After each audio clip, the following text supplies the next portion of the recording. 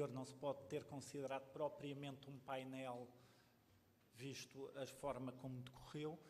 Queria, em primeiro lugar, agradecer a participação de todos neste painel de inovação, mas muito especialmente à professora Luísa Loura, da Direção-Geral de Estatísticas da Educação e Ciência, ao professor João Queiroz, Diretor-Geral do Ensino Superior, e ao professor Alberto Amaral, da Agência de Avaliação e Acreditação do Ensino Superior. Em relação ao tema, e penso que nesta sessão vamos estar mais centrados na área da oferta formativa e do ensino, penso que será unânime a opinião sobre a importância do planeamento no ensino. No fundo, o planeamento é uma atividade de grande importância para garantir que as atividades que hoje nos dedicamos vão ter os frutos desejados daqui a uns anos. E o ensino, como uma atividade a longo prazo, é essencial para o ensino, o planeamento. Muitas vezes esquecemos que os alunos que estão a entrar, e estou a falar só agora no ensino superior, não estou a falar no básico e no secundário, porque aí ainda mais longo prazo tem que ser feito o planeamento. A nível do ensino superior, os alunos que estão a entrar agora nas nossas instituições só sairão para o mercado de trabalho daqui 3, 5 anos, só estarão completamente inseridos no mercado de trabalho daqui a 7, 10 anos. Por isso não podemos estar a pensar em termos estáticos que daqui a 7 anos o tecido económico e a sociedade vai estar no mesmo estado em que está hoje. Daí que haja uma grande importância na atividade do planeamento no ensino superior e nas atividades de ensino. Para mim será de grande importância a intervenção da professora Luísa Loura, pela importância que tem a DGEC, digamos, na gestão, digamos, do cofre de toda a informação que é essencial para a atividade de planeamento, porque sem termos bases sólidas, pelo menos para retratarmos a posição atual e muitas vezes algumas bases para previsão de futuro, digamos que o nosso trabalho do planeamento é muito difícil e nós estamos permanentemente a pedir à DGEC, deem-nos dados disto, deem-nos dados daquilo, por ser essencial em termos do nosso trabalho de planeamento. O professor João Queiroz, com a DGES é para o ensino superior a pedra-chave em termos de administração, a quem caberá a parte do planeamento e regulação das atividades no ensino superior.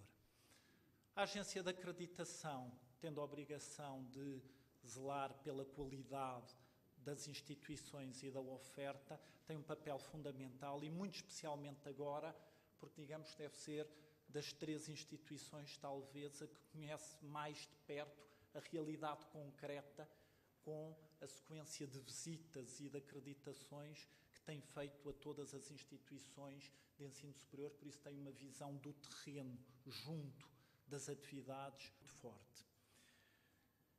Penso que nos últimos anos tem sido especialmente difícil a atividade de planeamento. No fundo, nos últimos anos nós temos andado, penso que nós, instituições e nós, organismos de Estado, a correr um bocadinho atrás do prejuízo. No fundo, temos vivido num estado de instabilidade que é muito difícil conseguirmos fazer planeamento anual, quando temos muitas situações em que até maio, junho, ainda não sabemos qual é o orçamento que vamos ter, nem o enquadramento regulamentar que vamos ter, é muito difícil fazer planeamento nestas circunstâncias e é a maior dificuldade que temos sentido nos últimos anos. Agora, como dizia há bocado, a atividade de planeamento tem que ser feita a longo prazo e dou-vos um exemplo que é o que temos neste momento em cima da mesa esta semana. O Dr. João Queiroz e nós, instituições, temos essa batata na mão, que é a definição do número e clausis e das vagas. E penso que aí é um exemplo de cuidado que vamos ter que ter se queremos fazer um planeamento profundo no ensino superior. Não podemos estar a definir vagas através de fatores conjunturais da realidade de hoje, da nossa capacidade formativa hoje e do mercado de trabalho hoje. Temos que conseguir fazer um planeamento melhor para conseguirmos definir a base da entrada no sistema do ensino superior. Penso que o planeamento não podemos estar a pensar também que é como os planos quinquenais, que vai ser seguido à risca e que a realidade é só aquela.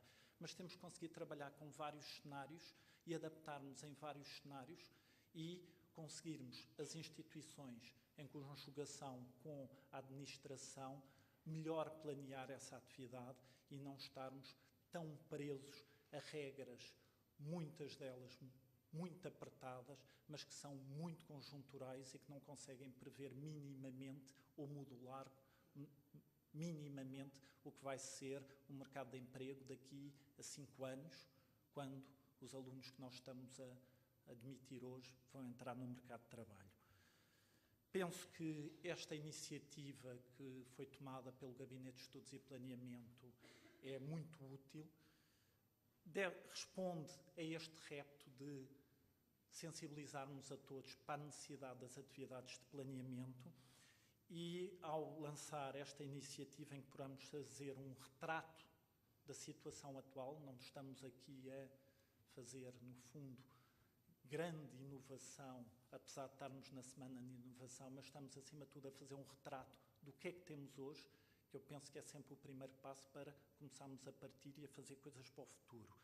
E acreditamos que a junção das entidades que estão neste painel, como também de outras instituições da parte da tarde, nos vão ajudar muito, por um lado, a conhecermos, por outro lado, a conversarmos uns com os outros e a pormos em prática uma atividade que não vai poder ser de uma instituição ou de uma agência pública, mas que vai ter que ser uma conjugação de esforços para conseguirmos trabalhar melhor em planeamento no ensino superior. Da nossa parte, a Universidade de Lisboa, estamos muito abertos a esse trabalho, estamos a colaborar já em vários projetos com outras universidades em termos desse trabalho de planeamento e achamos que esse é o caminho, é vermos onde estar, planear o futuro e juntar esforços, porque um a um não vamos conseguir fazer nada. Obrigadíssimo. E agora passava a palavra à professora Luísa Loura. Eu penso que vamos ter que ser um bocadinho rápidos, que é para, com o atraso com que vamos, ainda termos momento de debate. Obrigadíssimo, Luísa.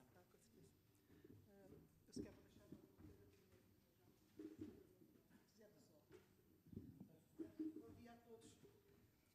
Eu tomo já as palavras do professor Eduardo Pereira para manifestar aqui a minha total disponibilidade institucional, neste caso, para contribuir com a informação que vos seja necessária. Eu julgo que têm conhecimento de que há muito mais informação neste momento na DGEC. Bom, já estou aqui com um problemazito de técnico. Vamos lá ver se eu consigo perceber. Isto tem 2 ecrãs. Não, isto. É esta. E, pronto. E agora já posso funcionar aqui com estes botões. Pronto. Bom, obrigada. Portanto, eu estou num organismo, que é a Direção-Geral de Estatísticas da Educação e Ciência, que recolhe informação sobre todo o sistema de ensino, desde o pré-escolar, ensino básico, ensino secundário, todo o sistema de formação também, formação de adultos, informação sobre o ensino superior, todo o sistema, docentes, não docentes, no que toca ao ensino básico e secundário, e também as estatísticas da ciência. Portanto, é uma casa cheia. Não sei se conseguisse imaginar em termos de espaço à escala de cidades, não sei, realmente temos um centro de dados brutal, com realmente imensa informação. Só que quando temos muita informação, por vezes há que ter estratégias para que essa informação seja útil. para recolher e fazê-la chegar a quem a consiga utilizar da melhor forma. Bom, e, portanto, esse compromisso, esse é o principal compromisso que eu tenho enquanto, neste momento, Diretora-Geral da DGEC. Bom, eu estruturei a minha apresentação, digamos, com um exemplo de como os dados estatísticos serviram ao planeamento, no apoio à tutela para decisões, e o primeiro elemento motivador no que toca ao ensino superior foi este indicador da Estratégia Europa 2020. Este é o grande indicador de pressão sobre o sistema de ensino superior dos países da Europa e o que é que ele mede? Mede a percentagem da população dos 30 aos 34 anos que tem ensino superior. E este mapa mostra que Portugal, estes dados são 2013, eu já vos vou dizer quanto é que é o valor em 2014, a percentagem para Portugal em 2013 não chegava aos 30%, e Portugal está ali assinalado a laranja, e nós vemos que muitos países estão a verde forte, principalmente os países do norte da Europa, que significa que nessas faixas etárias a percentagem da população com o ensino superior é superior a 45%. E, portanto, nós ainda temos aqui um longo caminho a percorrer, e Portugal colocou a meta europeia como objetivo para si. Portanto, cada país se comprometeu a atingir uma determinada meta. Nem todos se comprometeram a atingir a mesma meta. E este gráfico aqui mostra, Portugal está ali assinalado, mostra que Portugal se comprometeu a atingir os 40%. Eu continuo aqui com alguma dificuldade de usar este equipamento, mas... Bom, Portugal comprometeu-se a atingir os 40%, mas Portugal está realmente um bocadinho na cauda em termos deste indicador europeu. Mas há outros países que, por exemplo, como a Hungria, que também tem uma percentagem da população dos 30 aos 34 com ensino superior abaixo dos 40%, mas que colocou uma meta que já até superou, não é? Portanto, colocou uma meta menos ambiciosa, mas Portugal comprometeu-se e está a trabalhar nesse sentido e, portanto, temos de perceber como é que se poderá conseguir chegar a este objetivo dos 40% da população de 30 a 34 anos com o ensino superior. Bom, Portugal, neste momento, portanto, o último valor de 2014, o último valor fechado, está a 31,3%, mas reparem que era 11,3% em 2000. Só 11,3% da população dos 30 aos 34 anos é que tinha ensino superior em 2000. Portanto, tem sido um trabalho notável de todo o sistema de ensino superior, mas é preciso, talvez, continuar com esse esforço. Este gráfico também é interessante porque mostra que Portugal está aqui neste grupo daqui da direita, em baixo, em que o crescimento, a taxa de crescimento anual é superior à taxa de crescimento que a Europa impôs no global da Europa. Portanto, ela impôs uma taxa de crescimento de perto de 2% ao ano e Portugal tem conseguido uma taxa de crescimento maior, tal como outros países, e está a começar a aproximar-se realmente da linha ali, da meta dos 40%. Bom, mas então, como é que a Direção-Geral de Estatísticas e Informação que detém pode analisar dados? Que dados é que pode analisar para ajudar a dar sugestões e apoiar a tutela na definição de medidas? Portanto, nós, como temos a informação toda dos alunos desde o pré-escolar até ao final do ensino superior, conseguimos prever, não é? É só, de certa forma, utilizar os dados demográficos e fazer uma previsão, e fazemos até previsões regionais, de alunos no sistema de ensino até com um lag temporal de cerca de 6 a 7 anos. Portanto, com base no que vem do ensino secundário, a previsão para o número de diplomados com o ensino secundário nos cursos científico-humanísticos, eu falo aqui nos cursos científico-humanísticos porque são os que têm sido a fileira para o ensino superior universitário, e politécnico também, até aqui, o que se percebe por esta linha é que vamos ter uma situação mais ou menos estacionária até 2021-22, estão ali aquelas linhas balizadoras. Vai começar um decréscimo relativamente lento ainda até 2027-28 e começará inexoravelmente, a não ser que o país receba gente de fora, com fatores de imigração, mas se isso não acontecer, teremos realmente uma quebra muito abrupta a partir de 28, 29, 30. Portanto, isto traz alguma angústia, não é? Traz alguma angústia e leva a pensar que há toda uma infraestrutura importante em Portugal para transmitir conhecimento e, portanto, será que há outro público-alvo que o sistema do ensino superior possa acolher? E, portanto, esse público-alvo existe, de facto. Esse público-alvo existe porque, a partir de determinada altura, de 2005, se não me engano, começou a alargar-se no ensino secundário para dentro das escolas públicas o chamado ensino profissional. E este ensino profissional dentro da escola pública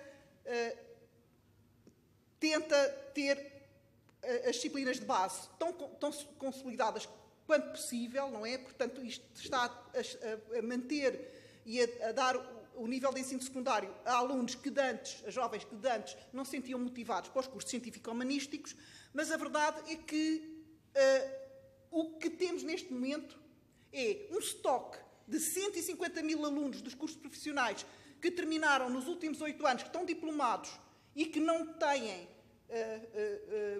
perfil nos conhecimentos que adquiriram nas disciplinas chamadas disciplinas específicas. Eles até podem ter sido bons alunos nos cursos profissionais, muitos tentam fazer os exames, nós sabemos que isso é verdade, mas não é depois de terminarem o seu curso profissional, num período de tempo de 1 mês ou 2, que se conseguem preparar para disciplinas que todos os outros alunos tiveram um acompanhamento de 3 anos. Portanto, e isto está aqui a criar alguma pressão também no sistema destes jovens que sabem que o ensino superior lhes dá, que isso também é sabido, uma oportunidade de sucesso no mercado de trabalho muito maior do que se mantiverem pelo ensino profissional. Portanto, é necessário encontrar soluções para que vão de encontro e que mantenham realmente o rigor e a qualidade que todo o ensino superior tem vindo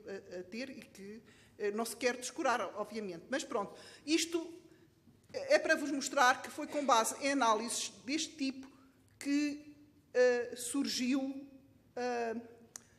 uma estratégia de criação de novos cursos, mais com um perfil mais enquadrado para os alunos que se diplomam com o ensino profissional, que são os cursos TESP, não é? Que também com certeza conhecem e que, portanto, poderão ser desenhados de maneira a conseguir fazer evoluir estes jovens para um ensino, para uma formação de nível superior. Bom, portanto, isto tem a ver com a parte de planeamento. Agora, aqui também tenho uma previsão de como é que o número de diplomados poderá evoluir. Portanto, a partir de até 2020-21, o número de matriculados no ensino superior através do Concurso Nacional de Acesso, os primeiros números que estão mais a escuro são números verídicos e os outros já são previsões, mas não deverá haver, para já, até 2020-21, não é expectável nenhum decréscimo muito forte. Não é, quanto muito, porque, eventualmente, e mesmo assim também não tanto, no ensino politécnico. Bom, isto é quanto à questão de como é que na DGEC nós preparamos a informação e tentamos apoiar a tutela na definição de estratégias. Aqui vou falar-vos um pouco, como vocês já conhecem, este portal que é o Infocursos, que tem dados ao nível do par estabelecimento de curso, tem muita informação sobre cada curso. Julgo que já todos conhecem, mas o que talvez não saibam, e que é aqui uma informação em primeira mão, é que estamos a considerar e estamos a preparar tudo para que no início de julho se disponibilizem na página da DGEC todos os números que estão aqui nesta parte de dados estatísticos do portal Infocursos. Para todos os pares de estabelecimento de curso, todos os números, mesmo aqueles que, quando se carrega naqueles izinhos, diz isto envolve não sei quantos alunos, portanto, todos esses dados irão ser disponibilizados, e isto é extremamente importante para as equipas de planeamento, obviamente, e de estudos das universidades e das instituições de ensino superior, porque poderão fazer análises comparativas, fazer o chamado benchmarking com outras casas que têm ofertas análogas, perceber se os seus indicadores, onde é que há os pontos fortes, onde é que têm os pontos fortes e onde é que poderão eventualmente ter pontos fracos que necessitam de intervenção. Portanto, não sei, eu posso fazer um bocadinho uma visita pelo site. Aqui o curso que aqui está escolhido é a Matemática Aplicada da Faculdade de Ciências da Universidade de Lisboa, porque, pronto, sou um bocadinho enviesada, mas foi a escolher temos tendência a escolher aquele que conhecemos de perto. Entretanto, vou-vos mostrar aqui algumas curiosidades. Portanto, a base de dados está, como eu disse, está a ser preparada e parte dela já me foi disponibilizada a mim, não é? Para ver como é que hipóteses de análise é que são possíveis. E eu trago aqui uns gráficos, não sei se isto se percebe muito bem, mas vou dizer rapidamente. Conhecem estas representações chamadas caixas com bigodes, não é? Ou box plots. E isto temos aqui box plots paralelas para cada área CNAEF. Não são todas, não é? Porque elas são mais de 100. Escolhi algumas.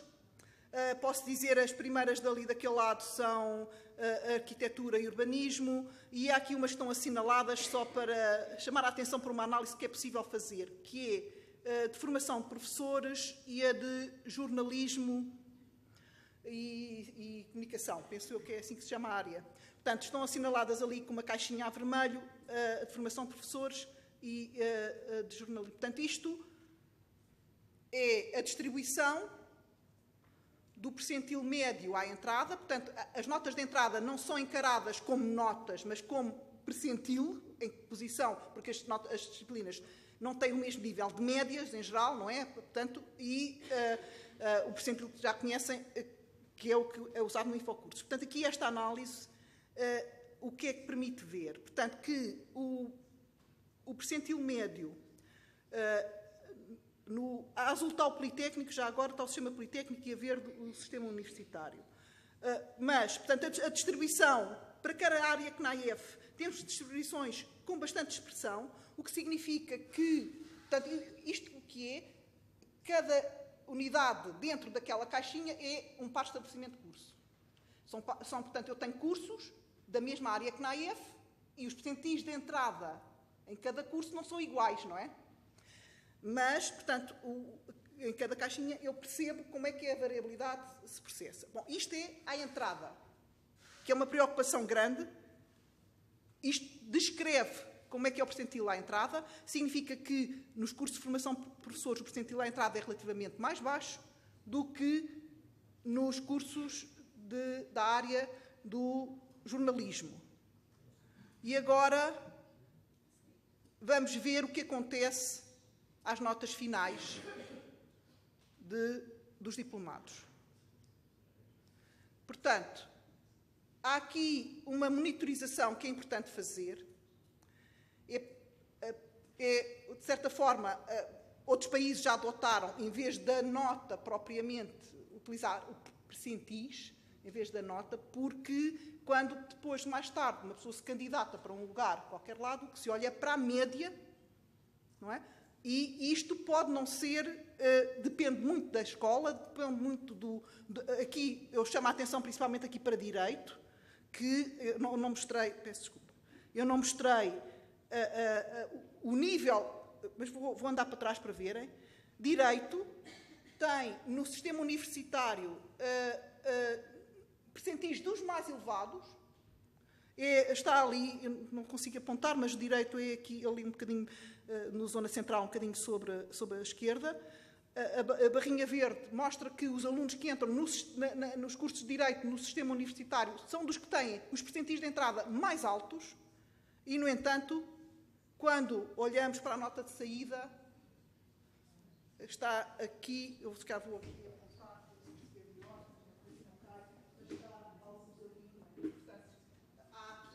há aqui algum desajuste entre nota de entrada e nota de saída. Bom, eu não vou, já tomei aqui há muito tempo, aqui temos uma outra análise, mas vou passar. Os dados aqui os dados do abandono, também é importante, quantos é que não saíram, todos esses dados, todas essas análises, perceberem para que cursos se vão quando os alunos são transferidos, se transferem para cursos do mesmo sistema, da mesma universidade, da mesma casa, toda essa análise vai ser possível fazer quando tiverem os números mesmo e a informação desagregada a esse nível. Portanto, aqui também é uma representação também pelas mesmas áreas CNAEF da situação após um ano e perceber se há áreas onde há mais tendência para o abandono do que outras. O abandono é o que está amarelo e, portanto, estas são só algumas das áreas. Foi uma seleção para conseguir mostrar as potencialidades da informação e de até onde ela vos pode levar nos vossos estudos. Bom, e termino com uma sugestão forte de que visitem a página da DGEC. Eu vou ver se consigo fazê-lo aqui, acho que não consigo nada. Já estava previsto aqui um apoio técnico. Eu consigo analisar dados muito bem, mas pronto, não nasci com esta competência. Muito, ok, obrigada. Portanto, a página da DGEC tem um separador que diz estatísticas. Nas estatísticas temos a educação pré-escolar, ensino básico e secundário, tem links para muitas tabelas, muitos dados em formato Excel, do ensino superior, da ciência e tecnologia, e aqui no ensino superior já temos aqui mais uma série de separadores que vos leva realmente à informação desagregada. Estes dados do InfoEscolas irão ser colocados aqui também. Portanto, eventualmente neste separador, estatísticas diversas, entra-se aqui neste separador e depois terá aqui, pronto, aqui como em 2014, vão ver, temos número de inscritos de nacionalidade estrangeira nos anos letivos tal, há aqui uma série de bases de dados onde tem informação por parte de estabelecimentos de curso e que pode ser analisada e iremos colocar aqui também depois a informação, as bases, toda a informação de dados do InfoEscolas para a vossa análise. Há aqui outros links interessantes que eu vos gostava de mostrar. Já terminei, não é? Portanto, deixo-vos com este apelo, façam um ótimo trabalho, que colaborem e que, se tiverem também dificuldades, já sabem que podem contactar. Há sempre polos de contacto em cada uma das casas de contacto com a Direção-Geral de Estatísticas. E termino aqui. Vou passar então a palavra. Chamo já. Muito obrigada a todos.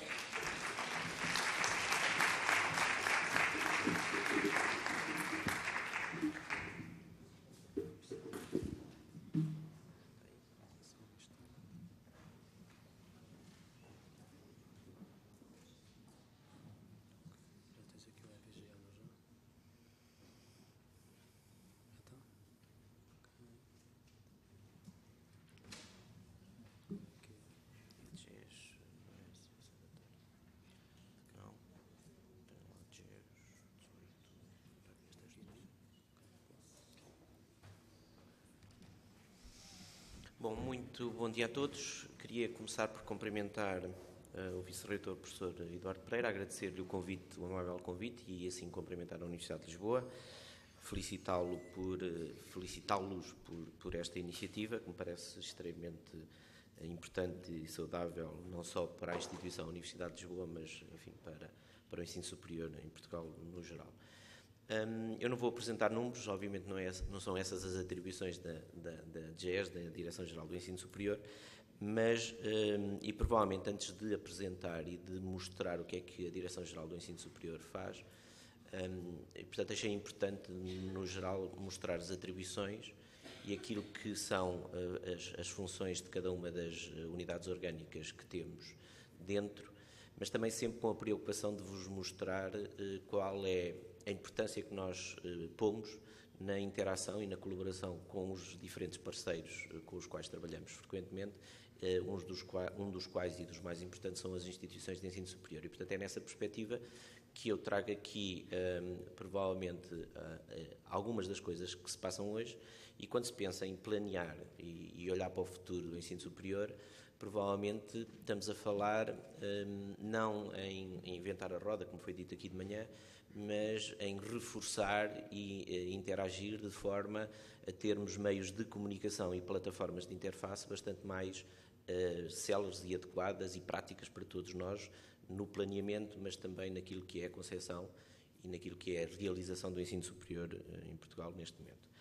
A outra questão que eu queria levantar e que me parece também é muito importante e reforço desde já, mas provavelmente isso surgirá mais daqui a pouco, que me parece importante também que tenham a noção, é que os organismos que estão aqui representados, a DGEC, a Agência de Avaliação e a DGES, e outros que aqui não estão, mas que poderiam estar também, são organismos que falam frequentemente. Para terem uma ideia, nós temos reuniões periódicas e, portanto, tudo que tem a ver com a análise, com definição de regras, com a organização e o planeamento daquilo que é a interação de cada um destes organismos com as instituições de ensino superior, neste caso especificamente, é uma relação muito dinâmica, porque é uma relação frequente e é uma relação de debate e de crescimento e de construção contínua em termos daquilo que depois vos aparece no dia-a-dia, quer na interação com a agência, com a DGES ou com a DGEC. E, portanto, parece-me que esse é um dos aspectos importantes que vem reforçar esta dinâmica de interação. Portanto, a Direção-Geral do Ensino Superior, a dificuldade, eu já percebi o que é que a professora Luísa diz, e a dificuldade é que aqui temos uma coisa e vocês além já estão a ver outra. De qualquer maneira, vamos ver se consigo trabalhar assim. É muita tecnologia, de facto. É mais do que aquilo que eu pensava. De qualquer maneira, a Direção-Geral de Ensino Superior é uma instituição... Pois assim é difícil. Porque vocês estão ali a ver uma coisa e eu estou aqui com outra ainda. E, portanto, eu pedi apoio para me porem aqui o que está ali.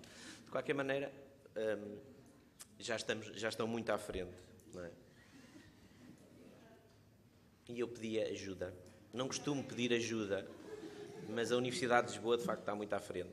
É que eu tenho aqui o primeiro slide e vocês além já têm o terceiro ou o quarto. Pois é isso. Quando for assim já não devo estar cá, com certeza. E, portanto... Quer dizer, eu queria ver aquilo que está além. E aqui está o primeiro e além. Não é pedir muito, ou é?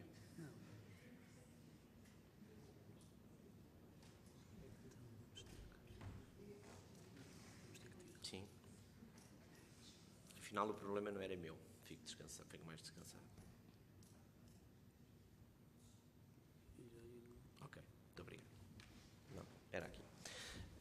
De qualquer maneira, e apesar deste imprevisto, eu vou tentar cumprir aquilo que o professor Eduardo Pereira nos pediu, que é tentar ser rápido, e portanto eu acho que os slides dizem, a informação que está dizem tudo, e eu vou tentar adicionar alguma informação complementar.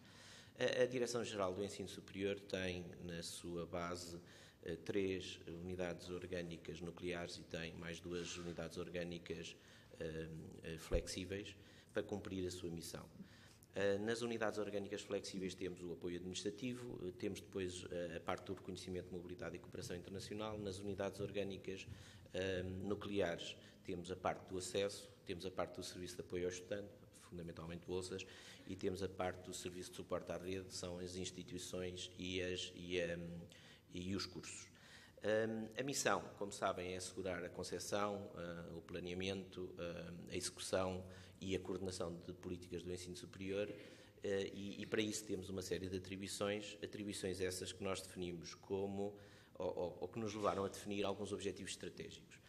Estes são os 3 objetivos estratégicos que estão definidos para a DGES, e eu apresento-os aqui não tanto para dizer que é isto que temos como objetivos para este ano de 2015, de acordo com o seu planeamento e a sua definição estratégica, mas porque me parece que são extremamente importantes, independentemente do futuro, que se mantenham e que se reforcem na perspectiva de seja qual for a política do ensino superior, ou seja, qual for o tipo de interação que nós venhamos a estabelecer, e os dados e as necessidades que venham a ser sentidas. Portanto, o primeiro objetivo estratégico tem a ver com optimizar e simplificar processos e procedimentos. O segundo é garantir qualidade, eficiência e eficácia, como não podia deixar de ser nos serviços prestados. E o terceiro, que me parece também extremamente importante, é promover a atuação em rede e implementar modelos colaborativos de evolução do serviço. E, portanto, são objetivos que estão definidos hoje, que estão no plano de atividades, que estão no quadro de referência estratégica, mas que me parece que são extremamente importantes para um processo de continuidade e para um processo de relacionamento entre diferentes entidades e as instituições de ensino superior. Eu agora passaria muito brevemente a descrever algumas das atribuições mais importantes de cada uma das unidades orgânicas que falei anteriormente. Portanto, a parte do acesso ao ensino superior, como o professor Eduardo Pereira disse, estamos numa fase crítica de definição das vagas que depois vão dar, lugar a estas candidaturas dos estudantes e portanto, à sua colocação num dos pares cursos de estabelecimento. Normalmente promove e desenvolve o Concurso Nacional de Acesso, os regimes especiais de acesso e ingresso, dá apoio jurídico às instituições, aos estudantes, às famílias, a todos os players do sistema, trabalha em estreita colaboração com a Comissão Nacional de Acesso ao Ensino Superior, colabora em termos de informação com o Júri Nacional de Exames, recolhe, trata e disponibiliza dados para o conhecimento do Concurso Nacional de Acesso e dos outros concursos também especiais, promove ações de formação, presta informação. A parte do apoio ao estudante gera a plataforma de suporte à atribuição de bolsas de estudo, analisa e decide sobre requerimentos de bolsa de estudo para as instituições de ensino privado, gera os programas Retomar e Mais Superior, paga as bolsas de estudo a 60 e tal mil estudantes todos os meses e faz toda a engenharia associada, como devem imaginar, toda a engenharia associada à recolha e dos fundos, mas também depois ao seu processamento, presta informação, recolhe, trata e disponibiliza dados sobre tudo o que tem a ver com as bolsas e todos os apoios diretos e indiretos e normalmente também elabora, executa e providencia informação sobre fundos comunitários, sobre projetos para os quais concorre e dos quais obtém financiamento para funcionamento.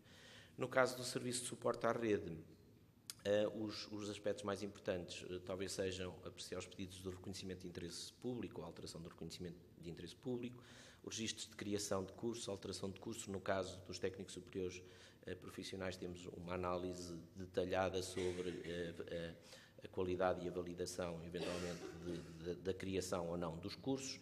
No caso dos registros de cursos, normalmente há uma interação muito forte com aquilo que a agência faz na avaliação e na validação desses cursos.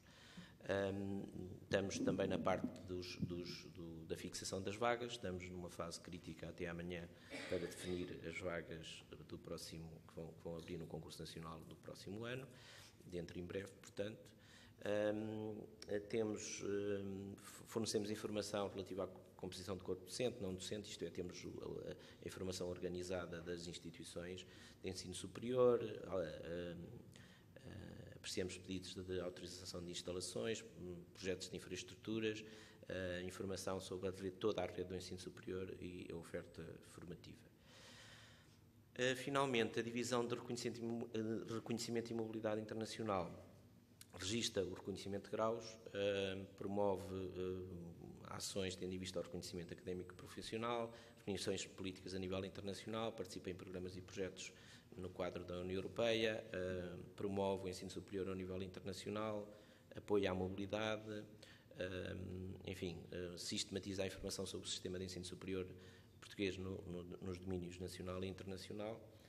E mais importante do que estar a descrever cada uma das tarefas é mostrar, como eu disse no início da minha apresentação, um bocadinho de que forma é que interagimos com estes parceiros todos, que vão desde as instituições de ensino superior ou outros organismos do Ministério da Educação e Ciência, ou a agência, ou a Gulbenkian, ou os organismos que nos permitem relações internacionais, ou os estudantes, ou o CRUP, ou o CSISP, ou a PESP, e, portanto, temos uma relação contínua e biunívoca com cada um dos parceiros que aqui estão representados, ou alguns dos que aqui estão representados. E, portanto, eu vou agora mostrar 2 ou 3 exemplos de que forma a Direção-Geral do Ensino Superior interage assiduamente e frequentemente com as instituições de ensino superior. Por exemplo, no Concurso Nacional de Acesso e Regimes Especiais, fornecendo os dados das colocações e os dados com algum detalhe em relação às características, o bilhete de identidade, ao cartão de cidadão, o nome, o curso, par curso, instituição onde ficou colocado. Portanto, isto é uma relação no momento em que temos as colocações, enviamos para as instituições toda a informação pertinente para depois a matrícula, a inscrição e matrícula desses estudantes nas diferentes instituições ou nos diferentes pares curso-instituição. Recolhemos também informação pertinente sobre os concursos locais, concursos estudantes internacionais e outros, mudanças de curso, reingresso, etc.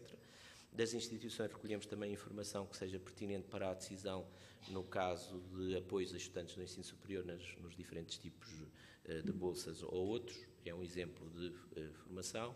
Damos informação sobre a oferta formativa, os cursos que estão registados e que estão avaliados e, portanto, registados no ensino superior, em relação à rede, instituições de ensino superior e unidades orgânicas, públicas e privadas, integradas ou não integradas.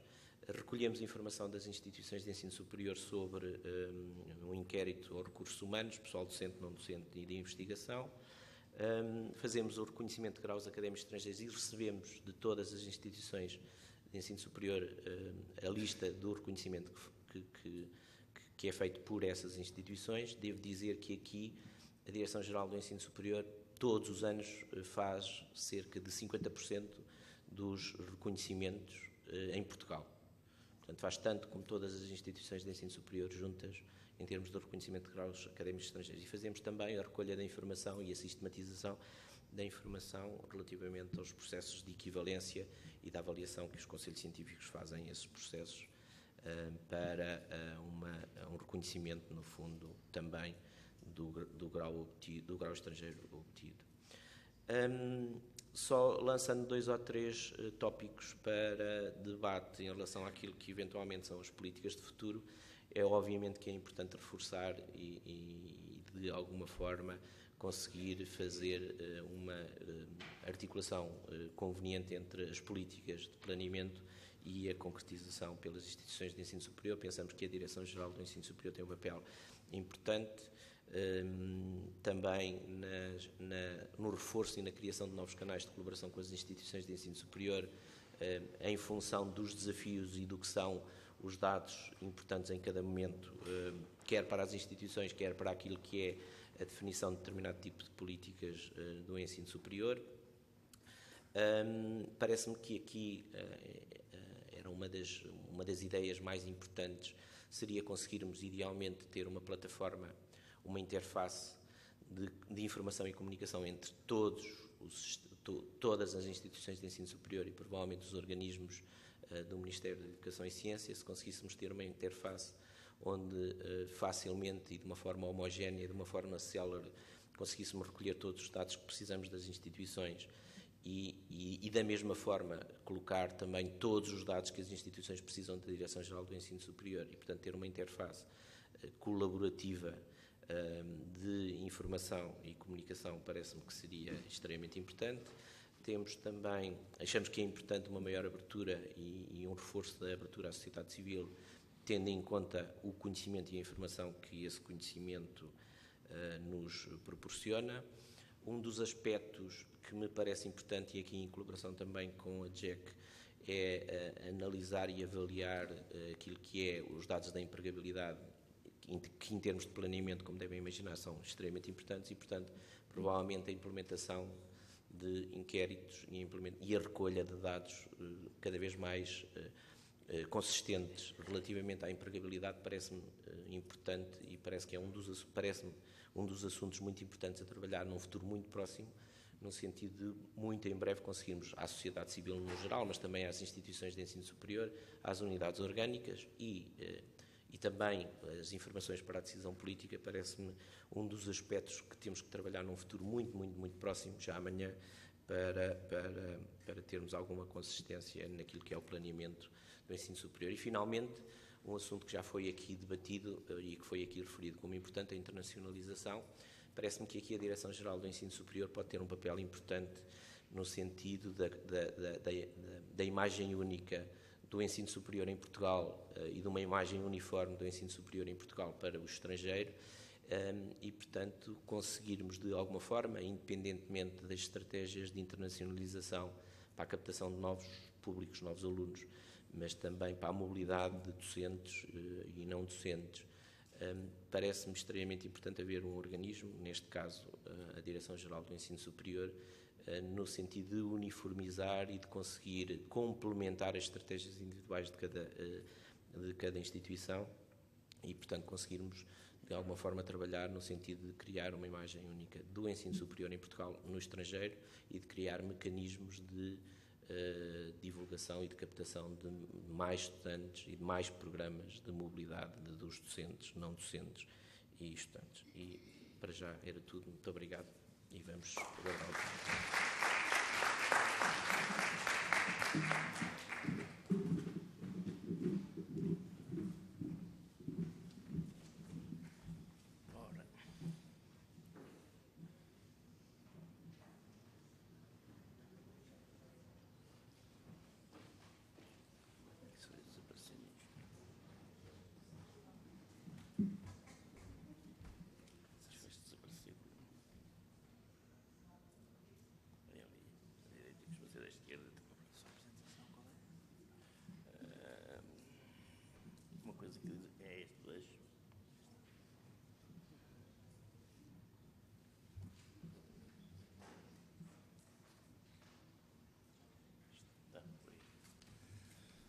Bom, muito obrigado pelo convite para estar aqui. Eu acho muito interessante esta iniciativa dos técnicos de estudo e planeamento.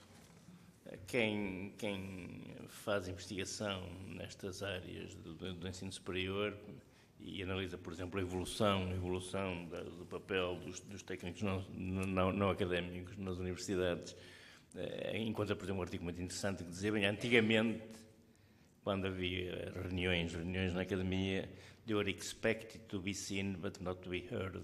Ou seja, não esperava-se que lá estivessem, mas não esperava que eles falassem. O que felizmente tem estado a mudar.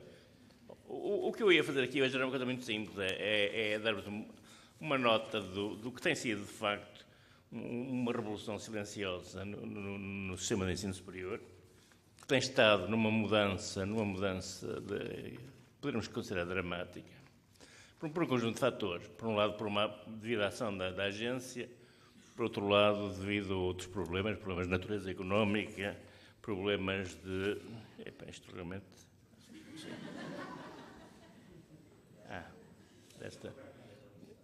bom. Problemas de natureza económica, problemas de imigração e dificuldades várias. E eu digo que é silenciosa porque, de uma maneira geral, isto é ultrassensível, porque, de uma maneira geral, a agência evita dar publicidade a muito do que acontece, nomeadamente para a imprensa e enfim, para os serviços de notícias, para evitar problemas para as instituições. Para vos dar uma ideia, desde que nós começámos a trabalhar, em 2009, até hoje, desapareceram 45% de todos os cursos que existiam.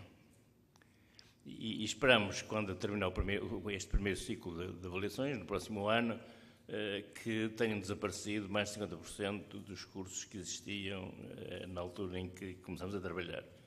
Parte destes cursos desapareceram para sempre, outra parte que correspondeu a reformulações por parte das instituições. Também é verdade que destes cursos que desapareceram, 90% foram para iniciativa das próprias instituições. As instituições, em diálogo com a agência, têm vindo a suprimir e a alterar a sua oferta formativa. Está a haver também uma alteração significativa em termos de isto não sei como isto é. Outra vez.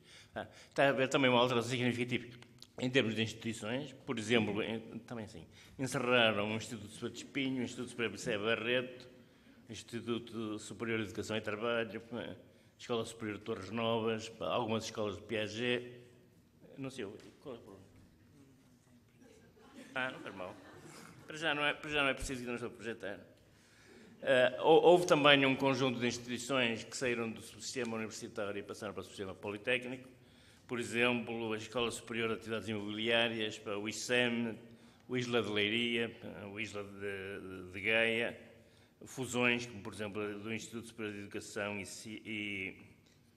Ciências com o Instituto Superior Autónomo de Estabelecimentos Politécnicos, compras, por exemplo, a Europeia comprou o IAD e o IPAMP, em Lisboa, Porto e Coimbra. Portanto, o sistema está, de facto, numa situação extremamente dinâmica e de grande mudança. E deve-se preparar, de facto, para aquilo que vem aí no futuro. E o Dr. Luís de Louro já apontou isso, que é uma grande diminuição. Tudo aponta nos estudos demográficos para uma grande diminuição do número de alunos. As previsões indicam que, nos próximos 20, 25 anos, na faixa etária relevante, haverá uma diminuição de 20 a 25% da população. E, portanto, se isto não for substituído, haverá, de facto, uma crise muito significativa no recrutamento por parte das instituições, que, como é evidente, também não atingirá da mesma forma todas elas, porque o ensino superior é um bem posicional, o que significa que há uma questão de prestígio ligado aos cursos e às instituições que têm a sua influência. Portanto, estamos num sistema em que há grandes valores posicionais. Quando há competição, a competição dá-se nos níveis mais baixos. E os níveis de cima não sofrem. Por exemplo, se houver uma grande perda de alunos em Inglaterra, Cambridge e Oxford permanecerão na mesma e a competição vai se dar nos níveis mais baixos. E, portanto, quando olhamos para o sistema de ensino superior português, a primeiro desgraça vai acontecer nos privados, a seguir nos politécnicos e só depois é que acontecerá nas universidades públicas. Ora bem, agora aqui a gente podia pôr isto, não é? Ora aí, vem. Bom, eu vou mostrar agora uma série de quadros e dados que eu já utilizei noutras conferências, mas que ilustram exatamente aquilo que... Sim. E depois passa para o seguinte, aqui. É neste. Pronto. Ok. Simular aqui bem. Muito bem. Isto mostra a evolução do número de alunos no ensino superior. O sistema chegou a ter mais de 400 mil alunos.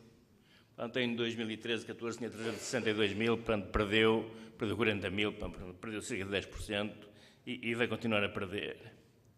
Isto mostra a distribuição. Olhem só para o quadro do meio e para o quadro da direita, que é o público e o privado, e veem que o privado está essencialmente concentrado em Lisboa e Porto, onde há alunos, onde há excedente de alunos, para que eles podem recrutar.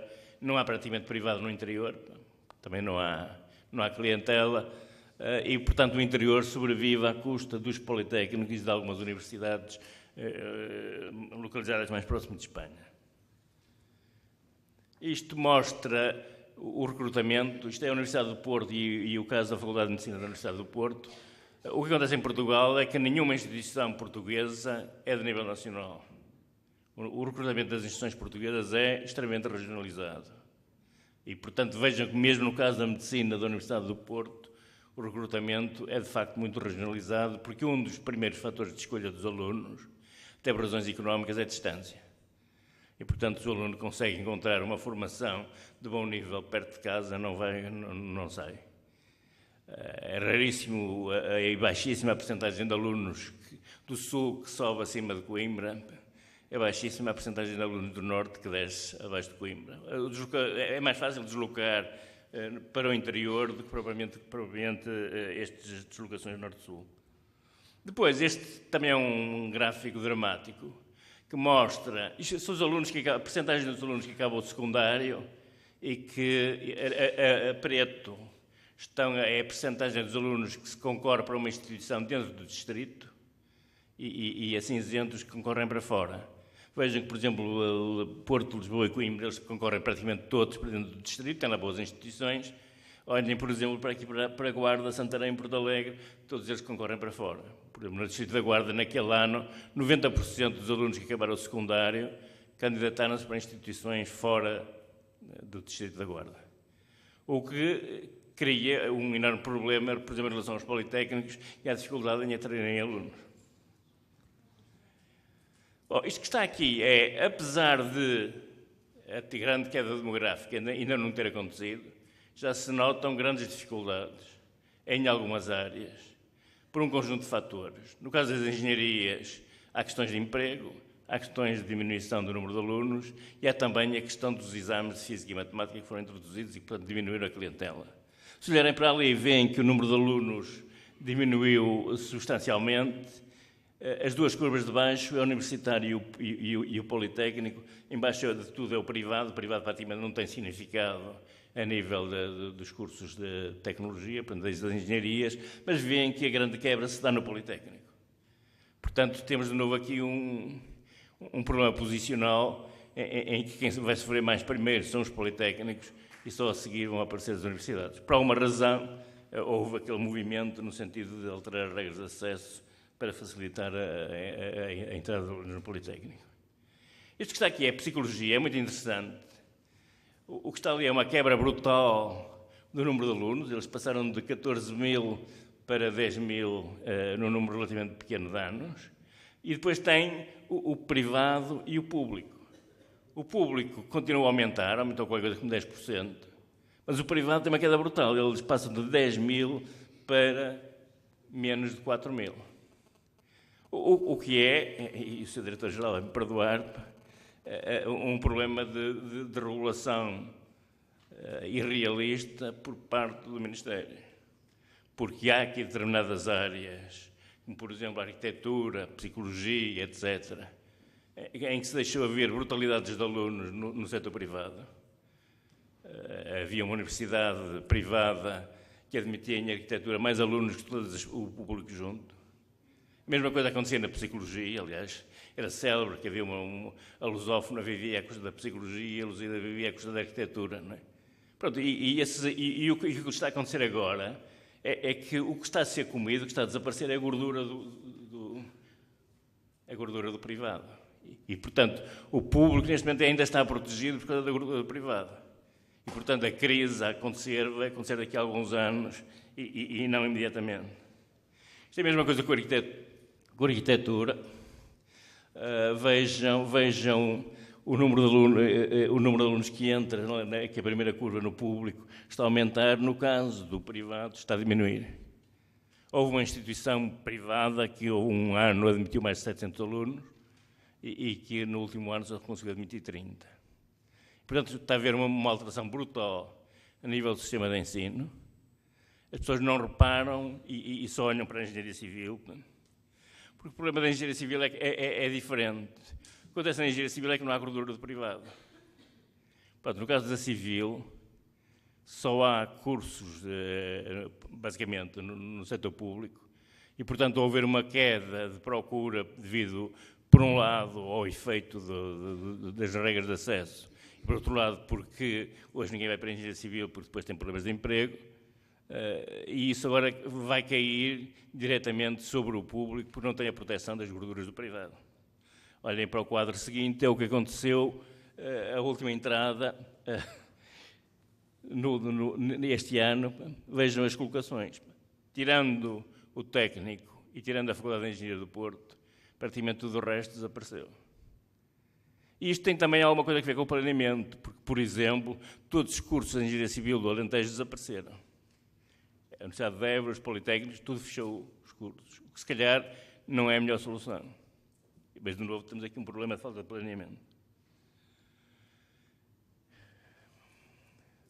Isto é a mesma coisa, os colocados na Engenharia Civil, e mostra uma quebra brutal. Portanto, o que nós estamos a observar neste momento é uma transformação drástica do sistema de ensino superior, nem sempre planeada, nem sempre feita da forma mais correta. Há muitas instituições que entraram num caminho de fuga para a frente, criando novos cursos sem qualquer viabilidade. Acontece também em Portugal um fenómeno que eu chamo o síndrome dos aviários, porque quando se fez o primeiro aviário, toda a gente foi fazer aviários, depois havia pintos por todos os cantos, já ninguém os conseguia vender. Acontece a mesma coisa no ensino superior, quando aparece um curso que atrai alunos, toda a gente, agora é o turismo, há bem cursos de turismo por todos os cantos. E as instituições propõem cursos de turismo, sem recursos, sem meios, sem pessoal treinado, sem nada, exatamente nesse sistema de fuga para a frente. Por exemplo, existe praticamente em cada Politécnico uma escola agrária. Tem, provavelmente, o corpo docente mais qualificado de todo o Politécnico. Não tem aluno. Portanto, agora começaram a fazer cursos de ambiente, de fitofarmácia e outras coisas do género, para ver se conseguem suportar os docentes que lá tenham. E, portanto, o grande problema das instituições portuguesas nos próximos anos vai ser exatamente como resolver esta situação. É uma situação muito grave, uma situação dramática, e é uma situação que não tem alternativa. Infelizmente, mesmo que a gente agora comece a fabricar criancinhas, era só daqui a 18 anos é que chega ao superior, não é? Portanto, nós vamos ter 2 a 3 décadas com este tipo de problema. E como é que as instituições se preparem? Qual é a alternativa? Buscar alunos ao estrangeiro, apostar nos PALOPs, usar a língua portuguesa, mudar para a língua inglesa. Enfim, são coisas que as instituições terão que ponderar devidamente e deverão ponderá-las a tempo e horas. O que não interessa é soluções paliativas, porque as soluções paliativas estão condenadas. Nós temos visto muitas áreas praticamente a desaparecer. Por exemplo, nós estamos a produzir mais de 3 mil enfermeiros por ano. Estamos a produzir um excesso brutal de dentistas. É aí, de novo, um caso onde o setor privado produz mais do dobro do que o setor público todo junto. E isto resulta, efetivamente, de uma incapacidade de planeamento a nível nacional que se tenha observado ano para ano. Um exemplo absolutamente gritante é o caso da medicina. Quando se deu a Revolução de 74, entraram na Universidade do Porto mais de 1000 alunos na Faculdade de Medicina. Era impossível. Havia milhares de alunos dentro da faculdade, havia milhares de alunos no hospital. A cama de qualquer doente era rodeada por não sei quantas pessoas a querer palpar os doentes, e isto era absolutamente insuportável. E portanto, criou-se o números clausus. Depois, quando se criou o números clausus, desceu-se demais. Houve um ano em que, em todo o país, entraram na medicina 190 alunos. Ora, as pessoas não percebem uma coisa, é que, quando eu mexo hoje no números clausus de medicina, eu vou ter efeitos daqui a 10, 11 anos. São 6 anos de curso, mais os internatos e tal, e, portanto, isto tem de ser planeado. E, pronto, mantiveram os números baixos durante demasiado tempo, e só começaram a deitar as mãos à cabeça quando começou a haver falta de médicos. Mas aí esqueceram-se, quando forem lá mexer, só vão ter os resultados daqui a 10, 11 anos. Pronto, estamos neste momento a produzir excesso. Portanto, o número de médicos que sai das faculdades, das escolas de medicina a nível português, chega e sobra para todas as necessidades. Simplesmente, e a tal ponto que já começa a haver dificuldades em lhes arranjar lugares para eles fazerem os internados. Começa-se a correr o sério risco de haver indivíduos que acabam o curso de medicina, que não conseguem ser médicos, porque não têm internado. Mas as pessoas, de novo, não preveem isto, não é? E eu estive durante algum tempo na Comissão de Medicina, digo só uma vez é conseguir que o Ministro da Educação reunisse com o Ministro da Saúde. Porque não gostei, eu dizia, vocês todos os anos sentem-se 15 minutos, olhem para os números e decidam, não é? Porque é fácil prever estas coisas. Há um empregador, eles têm as estatísticas todas, sabem qual é a idade dos médicos, sabem quando é que se reformam, só não fazem isto porque não querem. E, portanto, é uma boa lição. É planear. Obrigado.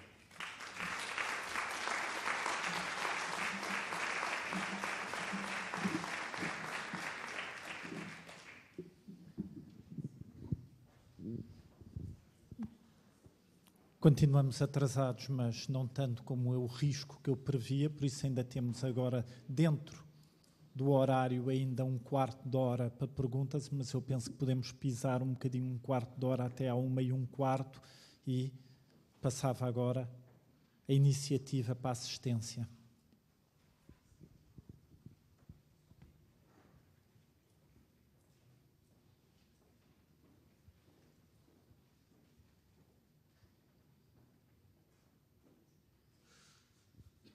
Precisa alguém que quebre o gelo da assistência? Era uma pergunta para o Dr. João Queiroz. Pareceu-me, pelo aquilo que referiu, que uma das prioridades da DGES, uma prioridade próxima, tem que ver com a recolha de dados sobre a empregabilidade dos diplomados. Portanto, dados mais concretos, mais comparáveis, de maior dimensão, mais agrupados, ou enfim. Quando é que prevê que esses dados, presumo que a nível nacional, estarão disponíveis, estarão tratados e disponíveis, e qual é a metodologia que estão a pensar utilizar na recolha? Recolhia mais duas e íamos fazendo aos grupos de 3, que talvez seja mais fácil depois de gerir aqui a nível da mesa. Havia ali e ali. Estou. Ora, bom dia ou boa tarde, estamos quase a chegar à hora do almoço. Eu começava por... Pedia-lhe que se identificasse, foi uma coisa que eu não disse a todos. Afonso Silvio, represento o setor privado. Não é?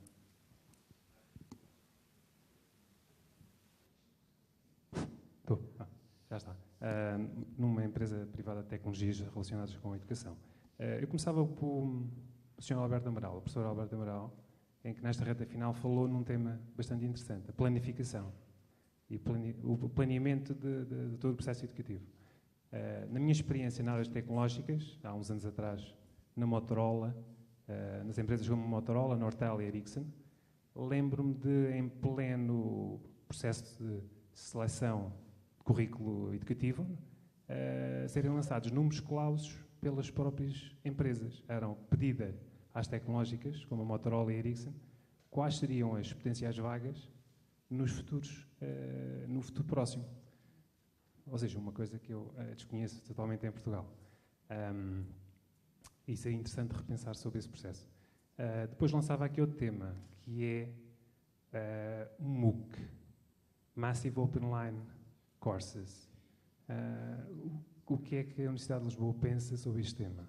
Falamos em plataformas como o Udacity, como o Coursera, como o edX, e que neste momento estão em voga, não é? Estão uma grande discussão.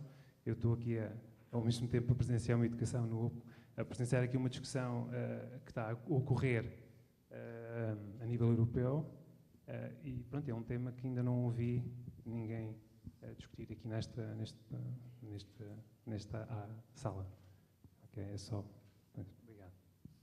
Uma terceira intervenção? Aqui. Posso? Sim, sim. Professor Alberto Amaral, muito gosto em voltar a vê-lo. Há cerca de, talvez... Identifique-se. José Pinto Correia, do Gabinete de Estudos e Planeamento da Universidade de Lisboa. Há cerca de 20 anos o Sr. Professor teve a capacidade de trazer a Portugal pessoas que pensavam as políticas do ensino superior da Universidade de Twente, do CHEPS, O que eu nessa altura já assistia, porque houve um trabalho que foi publicado nos anos 90 sobre o potencial de decréscimo demográfico no ensino superior. Esse trabalho foi metido nas gavetas, nunca se pensou muito sobre isso. Entretanto, tinha acabado de desaparecer a capacidade de planeamento a nível do Ministério da Educação e especialmente no ensino superior. Tinha desaparecido o GEPAI. Nunca mais tivesse essa capacidade. Assistiu-se a uma desregulação completa do sistema de ensino superior. O Sr. Professor acabou de dizer o que é que se passa neste momento no ensino privado. O que se vai provavelmente passar no ensino superior, e a questão que eu lhe levanto é: que capacidade vamos ter nós de gerir do ponto de vista político, com políticas públicas, essa próxima trágica décadas demográficas que vamos ter no acesso ao ensino superior. Ou seja, se não corremos o risco de repetir com incapacidade de planeamento mais uma vez aquilo que durante algumas 3 décadas se verificou no ensino superior. Passava agora, não sei se primeiro ao professor João Queiroz ou à professora Luísa Loura. Talvez 2 ou 3 só palavras e depois passava à professora Luísa também. Em relação à empregabilidade, como sabem, nós recolhemos e tratamos os dados de uma determinada forma que tem a ver com aquilo que está no despacho orientador de vagas. Nós sabemos que não é um indicador robusto, também não tem consequências neste momento significativas na fixação de vagas, mas consideramos que é um instrumento e um indicador extremamente importante para o planeamento do futuro. E, portanto, além dos dados do IFP que são recolhidos neste momento, em breve penso que podemos ter dados da Segurança Social, mas mais importante do que isso, vai ser, ou está a tentar ser, implementado um inquérito em que provavelmente a interação entre a DGEC e a DGES e as instituições de ensino superior vai ser primordial para fazermos a nível nacional, com a colaboração das instituições de ensino superior, o inquérito à saída dos estudantes ao fim de determinados tempos, com uma metodologia devidamente validada até pelo INE, que nos permitirá de alguma forma ter um indicador robusto e desta forma ser usado de uma forma mais consistente no planeamento e naquilo que vai ser o futuro da fixação de vagas ou de outras ações que onde esse indicador seja extremamente importante. De qualquer maneira, e a avaliação, aliás, provavelmente a agência também poderá usar esses indicadores quando for da avaliação dos cursos e da fixação de vagas, etc. Mas eu talvez dê essa palavra agora à professora Luísa. Pois, em relação à empregabilidade, é um dos indicadores principais nas candidaturas aos fundos e na monitorização dos resultados no âmbito das candidaturas aos fundos estruturais, e isso está a criar aqui um espaço e condições para se conseguir, digamos, a solução mais fácil, que é cruzamentos de bases de dados que têm de ser feitas de forma vigiada, supervisionada pela CNPD, mas, portanto, isso está mesmo já a andar. Portanto, o cruzamento de bases de dados que permite perceber qual é a taxa de empregabilidade, mas não permite perceber a qualidade do emprego. Portanto, nós estamos a atuar em 2 frentes. Uma frente é cruzar com a base de dados da Segurança Social, e aí conseguimos saber quantos estão empregados. Consegue-se perceber, eventualmente, pelas funções, digamos, pela missão da empresa, pela sua classificação, se há uma probabilidade grande ou pequena de que esse emprego seja na área, mas não se consegue, obviamente, saber taxativamente. E, portanto, como a qualidade do emprego também é importante, principalmente para o trabalho das próprias universidades, estamos a trabalhar em conjunto com o INE para se fazer um inquérito aos recém-diplomados, e aí precisamos muito de toda a colaboração das universidades, porque esse inquérito, para se chegar ao aluno, tem que ser com a informação que as próprias universidades têm, obviamente, não é? Mas, pronto, isto está para breve e já vamos avançar com um projeto piloto este ano para o inquérito à empregabilidade, para ver a viabilidade, se realmente temos taxas de resposta que permitam atingir os níveis de qualidade que o INE impõe. Portanto, são estas informações que vos posso dar de momento e espero conseguir dar boas notícias brevemente. Agora passava ao professor Alberto Amaral. Bom, duas breves histórias. Eu presidi a avaliação da Universidade de Twente. A Universidade de Twente tem, como as universidades holandesas, um conselho geral de 5 pessoas, todas nomeadas pelo ministro. Essas 5 pessoas, 3 eram industriais, um era um sindicalista e o outro era um indivíduo de uma sociedade científica. Os 3 industriais disseram, bom, isto é a primeira vez que nos está a fazer este exercício, mas quando chegámos cá dissemos, bom, ora, finalmente vamos poder dizer a esta universidade o que é que a indústria holandesa precisa. E passámos um ano a discutir e chegamos à conclusão de que não conseguimos prever o que é que a indústria holandesa vai precisar daqui a 5 ou 6 anos. A segunda história é que estive recentemente no Chipre, numa reunião, e um colega americano disse que um dos grandes problemas atuais do sistema de ensino superior americano é que se está a insistir cada vez mais na formação e cada vez menos na educação. E que as instituições de ensino superior, nomeadamente as universidades, cometerão um erro tremendo se pensarem que vão pura e simplesmente preparar pessoas para as necessidades imediatas do setor produtivo. As pessoas que saem da universidade têm de ter outro tipo de qualidades, outro tipo de competências. E, portanto, essa formação extremamente estreita, dirigida a um alvo muito específico, deve ser, na medida possível, evitada. A segunda questão a que eu queria responder era os MOOCs.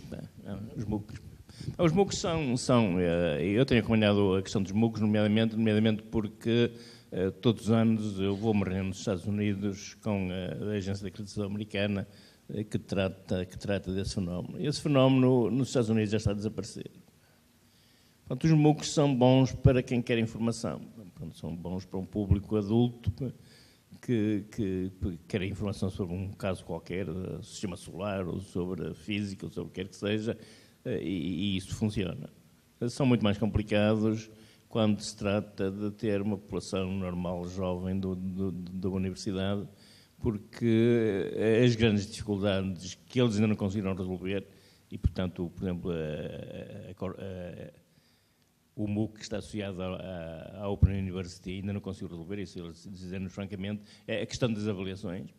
Portanto, como é que se faz depois a avaliação dos alunos para, de facto, poder passar um dia um diploma?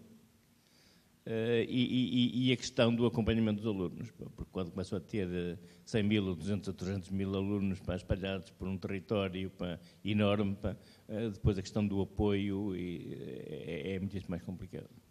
Portanto, eu acho que os MOOCs, enfim, já que há 30, 40 anos se dizia que as novas tecnologias iam acabar com as universidades, agora apareceram os MOOCs, será mais um fado como outra, uma moda como outra qualquer, que terá um papel interessante no sentido de poder fornecer informação. Em vez de ir para a biblioteca, eu pego na net e obtenho informação, mas que não substitui de maneira nenhuma o sistema de ensino.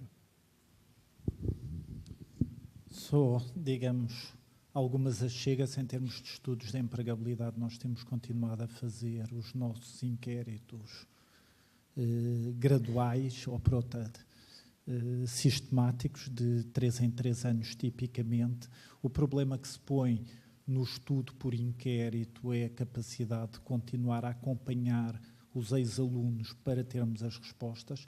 Penso que a ligação de base de dados vai ajudar em alguma coisa.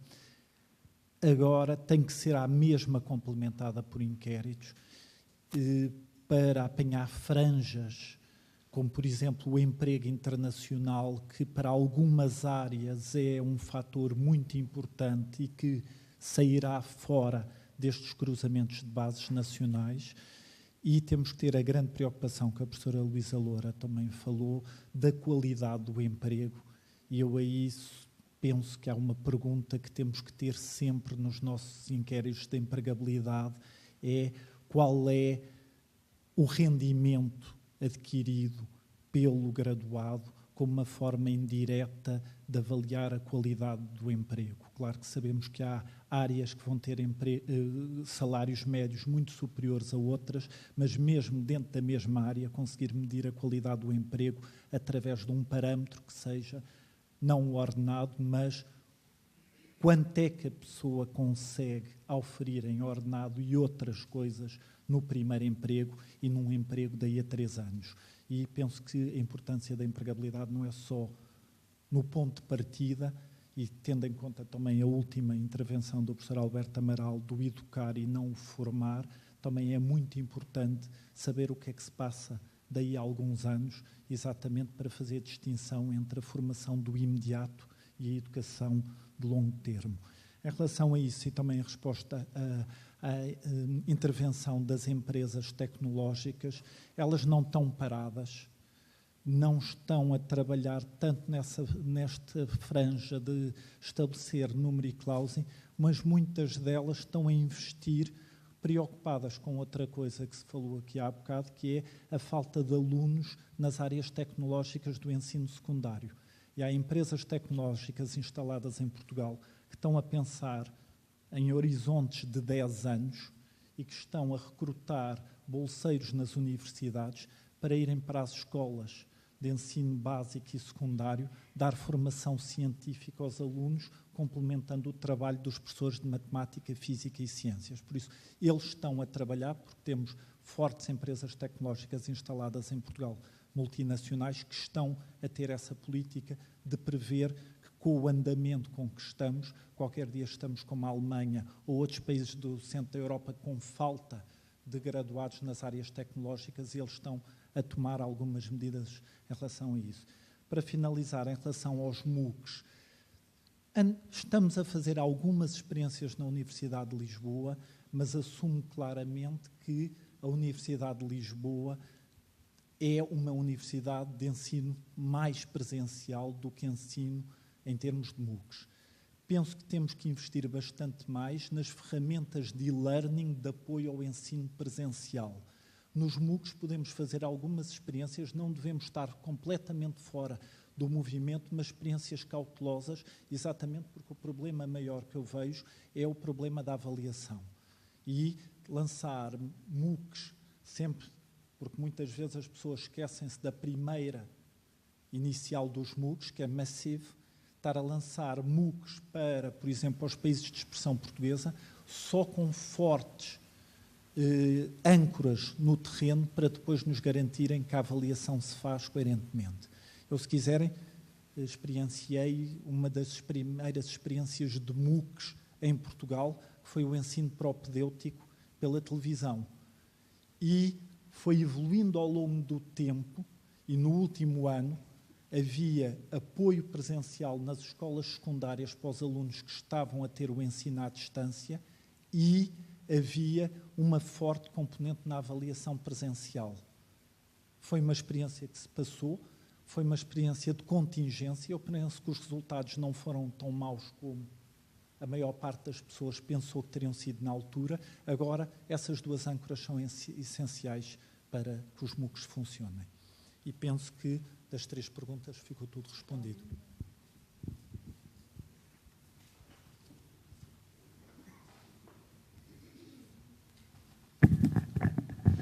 Muito obrigado. Acho que é uma excelente sessão de reflexão.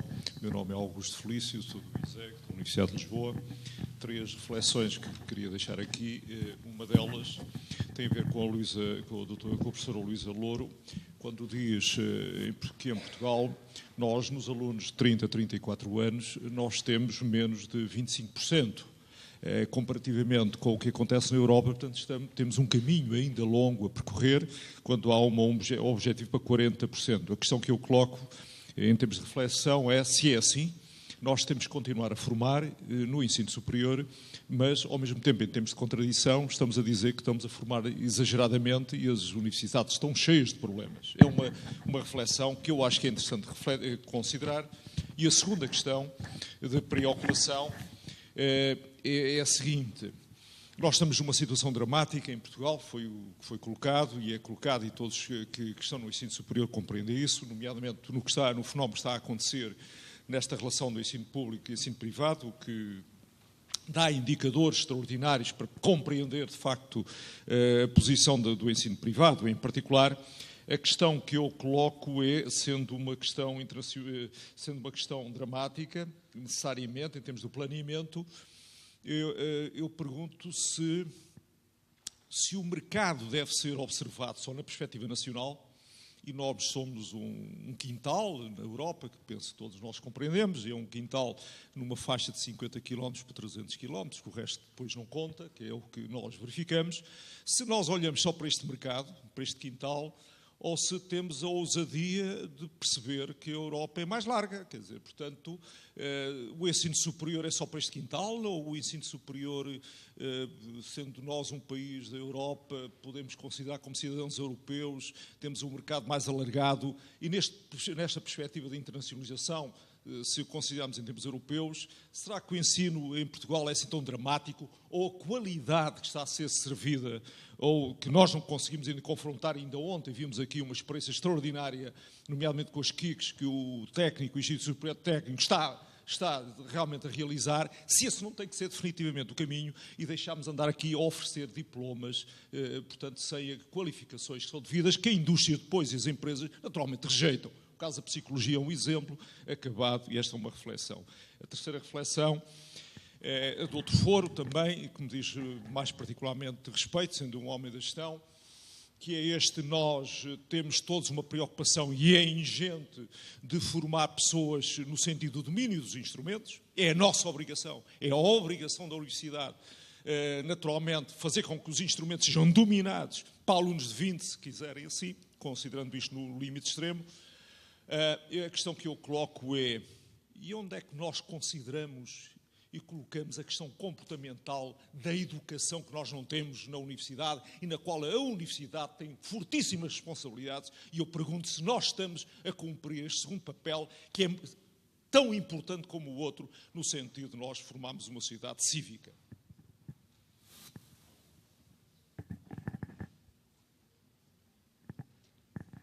Bem, eu gostaria, aproveitando e sabendo que da parte da tarde o terceiro bloco, vamos com certeza voltar a estas temáticas, não posso deixar de perder a oportunidade de fazer duas questões.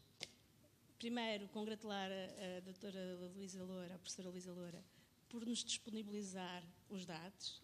A Universidade de Lisboa tem sido uma universidade que tem chateado muito a DGEC, no sentido de recolher dados, e a colaboração tem sido, de facto, importante para nós, mas a disponibilização dos dados online é 5 estrelas. E, portanto, estou ansiosa porque chegue julho para podermos começar a trabalhar.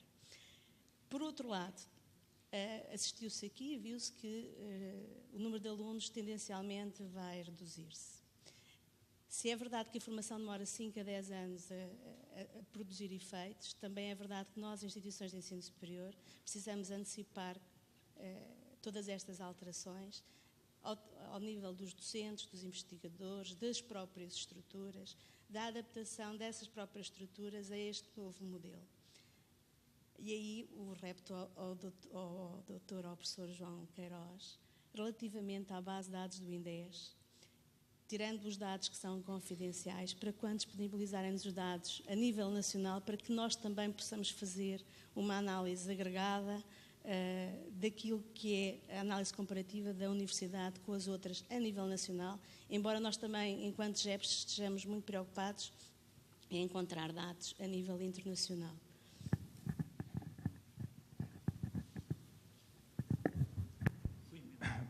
Boa tarde, novamente. Eu tenho aqui uma série de coisas, vou tentar não me esquecer de nada. Eu sou um bocadinho prolongado às vezes nestas coisas, mas eu acho que, em primeiro lugar, acho que já foi focada essa ideia, vivemos num mercado global, não é? Obviamente que quando temos que pensar em planear, tal como foi referido anteriormente, temos que pensar em planear, mas às vezes é difícil planear, não é? Porque eu planear a 7, 8, 10 anos é extremamente complicado quando eu tenho uma dimensão de mercado que ultrapassa o próprio país. Pelo menos é isso que eu entendo daquilo que deve ser uma instituição de ensino superior hoje em dia. Isto coloca-nos outras questões, e uma delas já foi colocada também. Será que temos que olhar para a questão da propina do estudante-aluno internacional, por exemplo? Será que é suficiente? Será que é o valor adequado? Será que temos que repensar nesse valor? Será que temos que repensar na oferta e não no valor? Deixe este conjunto de questões, no fundo, à mesa para se pronunciarem sobre o assunto, que eu acho que é muito importante. Depois dizer que, e olhando um bocadinho para aqueles números que o professor Alberto Amaral também ali, portanto, nos teve a amabilidade de mostrar, a questão de engenharia civil. Estaremos ou não estaremos reféns daquilo que é ensinado nas universidades? Teremos ou não teremos reféns daquilo que a indústria nos impõe? Bom, isto também é uma pergunta fulcral, não é? É uma pergunta fulcral porque a engenharia civil, obviamente, não vai acabar. A engenharia civil é um curso estrutural desde tempos imemoriais, não é? Portanto, ou seja, o que se calhar teremos que, eventualmente, considerar é que o mercado global, lá está, poderá ser extremamente atrativo para os alunos que vão sair da engenharia civil. Mas, para isso, é preciso termos uma outra realidade que extravase, mais uma vez, a realidade dos dados ao nível nacional. Eu acho que isso foi focado também pelo professor Eduardo Pereira, também referiu assim, portanto, essa situação, e acho que era importante prevermos também esse facto. Depois, em relação a questões de empregabilidade. Obviamente que a empregabilidade é um assunto que não se deve remeter à taxa, não é? Portanto, a taxa de empregabilidade, o conceito de empregabilidade é uma coisa muito mais lata, também já foi falado de certa forma, a questão da competência, e não só da competência, daquilo que a universidade pode fazer para garantir a melhor empregabilidade. E a empregabilidade é ter a competência para poder enfrentar o mercado de trabalho. Agora, essa competência que é dotada pela universidade ou pela escola, não é? Tem que ser claramente trabalhada, e não só trabalhada ao nível do inquérito exclusivamente à saída dos alunos do mercado de trabalho. Há outras populações-alvo que são extremamente determinantes para isto. E falo dos alunos finalistas, falo dos trabalhadores estudantes, falo dos alunos do primeiro ciclo, falo das estruturas que são criadas de acompanhamento e de estímulo da preparação para a entrada no mercado de trabalho na própria universidade e que também tem que ser avaliado o seu impacto. Estão a ter impacto ou não estão a ter impacto? Vale a pena continuar com elas ou vale a pena mudar e experienciar outras alternativas que sejam feitas no outro lado qualquer e que até tenham tido sucesso? Bom, este conjunto de questões eu acho que são extremamente importantes. E voltando a pegar no instrumento central, que eu acho também importante percebermos isto, o instrumento central deve ser um instrumento que deve claramente ser balizado por um conjunto reduzido de questões. Eu volto a insistir nisto, noutros fóruns já tenho dito isto várias vezes. A dimensão estratégica da universidade é importante para garantir, no fundo, que nós próprios temos que conduzir alguma dessa componente ao nível da própria escola ou da universidade. E deste ponto de vista, não se pode criar instrumentos a nível nacional que possam, no fundo, condicionar essa estratégia. Eles são importantes, sem dúvida. São importantes porque é importante nós nos compararmos, é importante fazer o benchmarking, é importante isto tudo. Agora, também é importante garantir que o instrumento, que essa oportunidade que é criada, não seja perdida logo no primeiro momento. E, portanto, faço, no fundo, também uma questão em relação a esta validade, se quisermos, do instrumento que era importante ser garantida. Última questão. Em relação aos MOOCs, eu entendo os MOOCs como uma questão relacionada mais com o desenvolvimento daquilo que pode ser potenciado se quisermos, numa unidade curricular ou num conjunto de disciplinas específicos e não tanto ao nível de um curso genérico que pode ser oferecido através dos MOOCs. Os MOOCs são importantes, nomeadamente, se quisermos falar do impacto que podem ter nos PALOPs, por exemplo. Nós queremos ser competitivos e temos que ter, no fundo, a responsabilidade... Pronto, eu fico por aqui, ok. Agradeço, faço alguns comentários em relação à intervenção. Obrigado.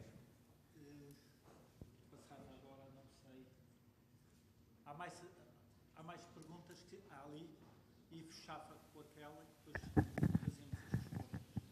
Bom, Alexandre Guedes da Silva, Universidade de Lisboa.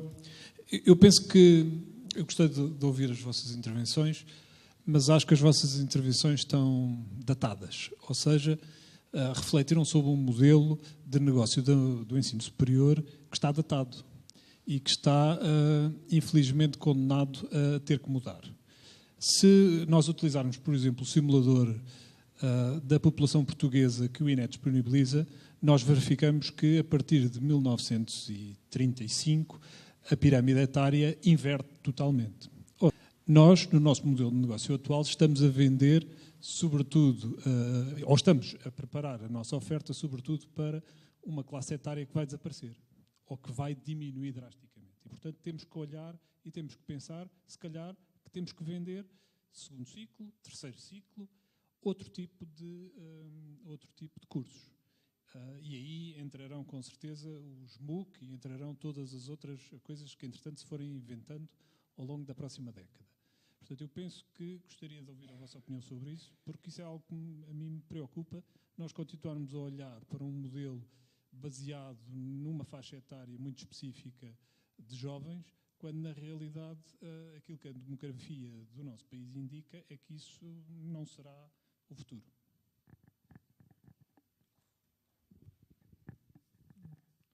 Muito obrigado às várias intervenções. Há ali mais uma e fechava mesmo aqui à frente.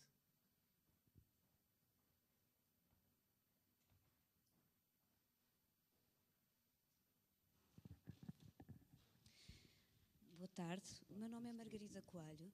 Eu pertenço, portanto, ao Gabinete de Estudos e Planeamento da Universidade de Lisboa e gostaria de fazer a seguinte pergunta.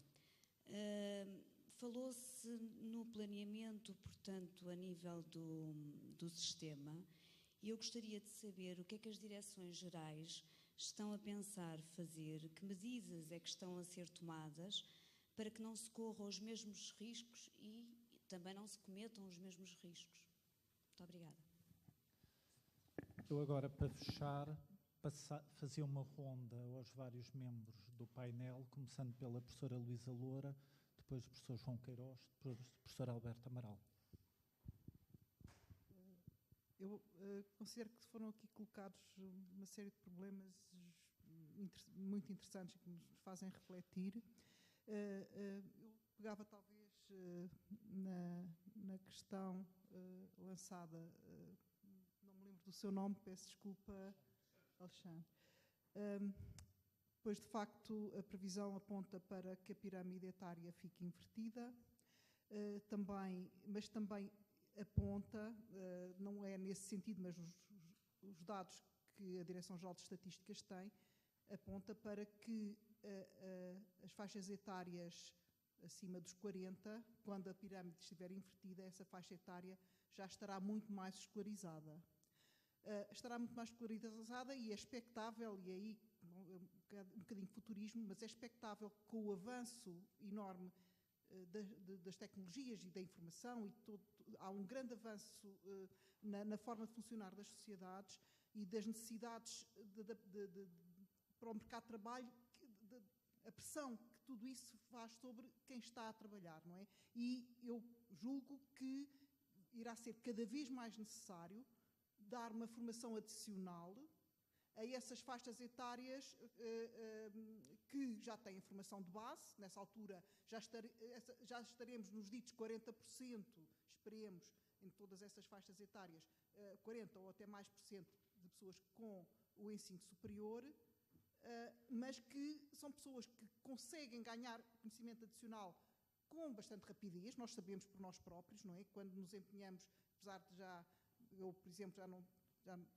já ultrapassei os 60, mas percebo que toda a formação que tive me permite ir adaptando com um bocadinho mais de esforço ou menos, mas preciso mesmo ter essa formação, e a universidade pode ter muito esse papel e tem aí realmente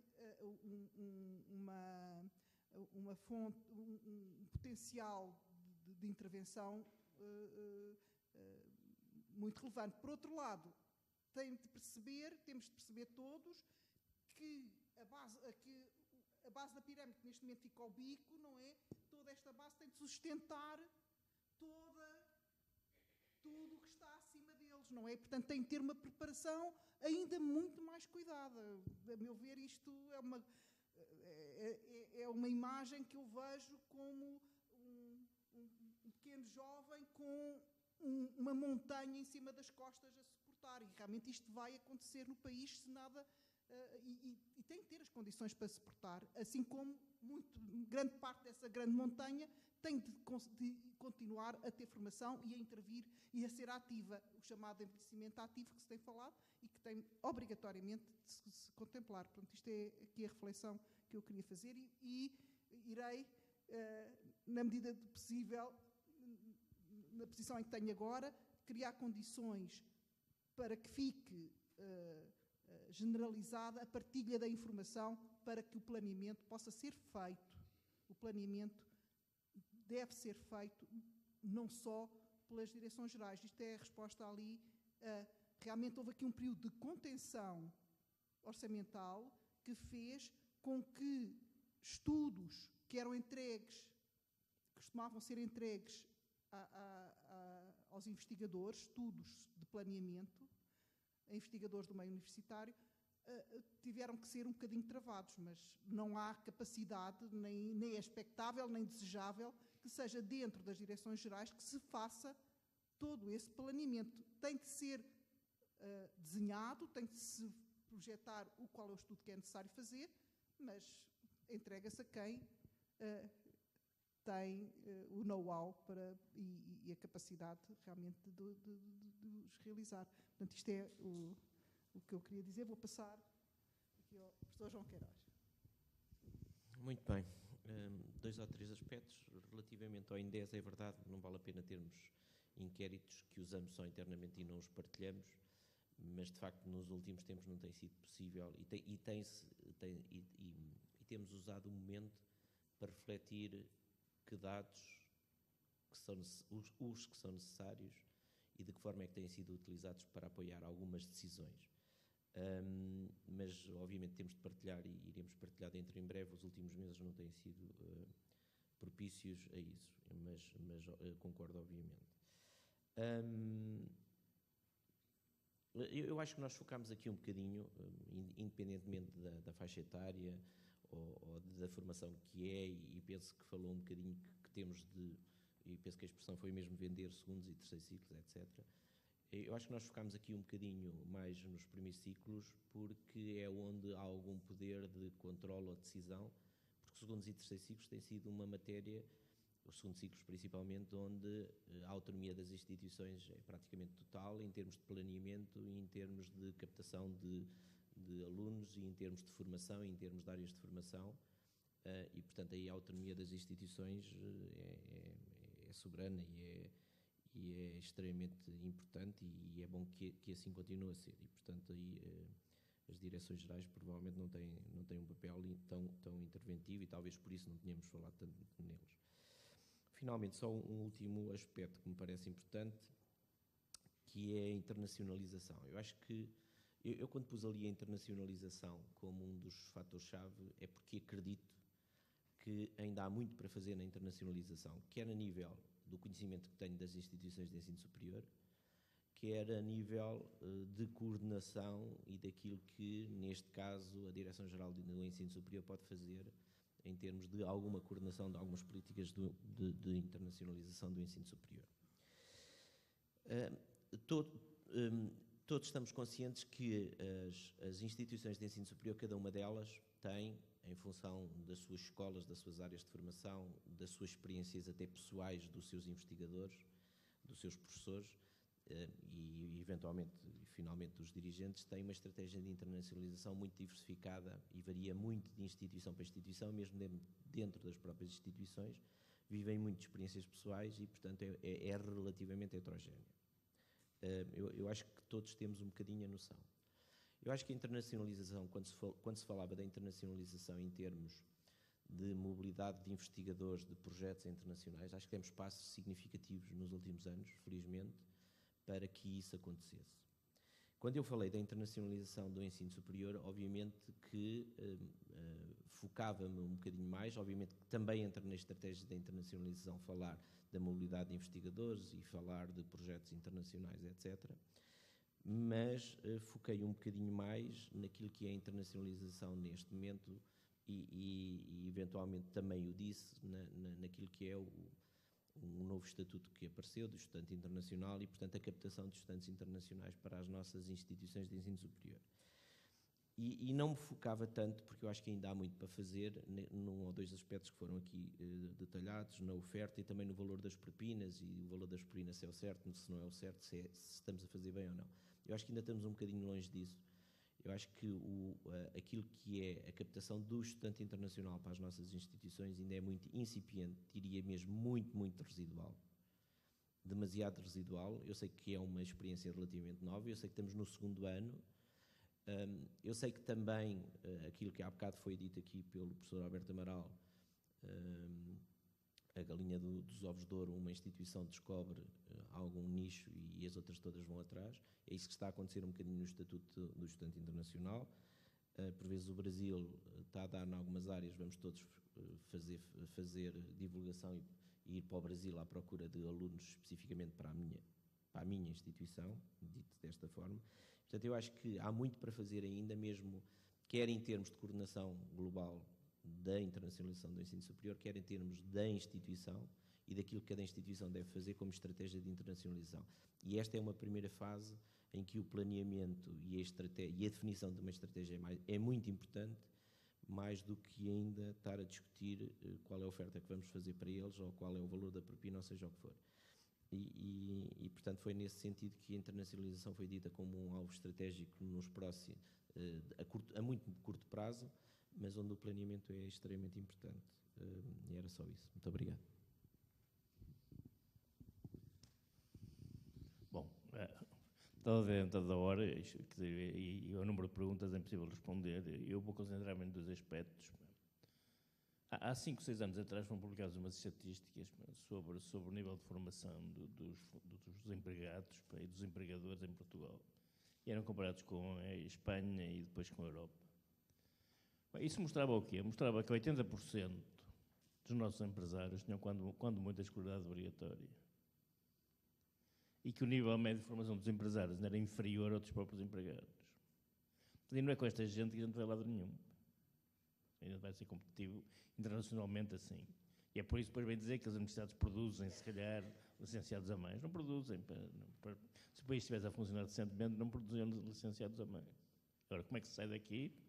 Eu só tenho uma coisa que me aflige. É que tudo que eu ouço por aí é que a solução para tornar Portugal competitivo é diminuir os salários. Já vinha desde o tempo do Dr. Salazar, e vimos onde é que nós desembocamos. Portanto, é este o modelo que se quer, de novo. Os chineses estão a crescer rapidamente, estão à espera que os salários chineses sejam maiores que os nossos, para depois vir para cá fazer as coisas. Tivemos um ministro que andou aí por fora a dizer: venham para Portugal, que os salários são baixos e as pessoas não reclamam. Portanto, e andou pela China a dizer isto. A segunda questão, e também estou extremamente preocupado com isto, e bastante pouco otimista, tem que ver com o facto dos nossos ministros serem um bocado como as moscas, e onde pousam querem deixar uma marca. O que é que isto quer dizer? Quer dizer que quando se muda de ministro, usualmente muda-se de políticas. Ele entretém-se a desfazer o que o anterior fez e a criar outras coisas novas e nunca vamos a lado nenhum. Infelizmente não há um projeto nacional. Eu tive algum tempo na Finlândia, fiquei espantado, porque houve claramente um projeto de desenvolvimento assumido e foi assumido por todo o país, e foi discutido publicamente, etc. E é aquilo que funciona, e toda a gente faz aquilo. Não há ministro nenhum que venha, que saia daquilo. E enquanto nós não fizermos isto e nos intervivemos a deixar a nossa marca pessoal com alterações ao plano de estudos do português do 7º ano, de não sei o quê, não vamos a lado nenhum.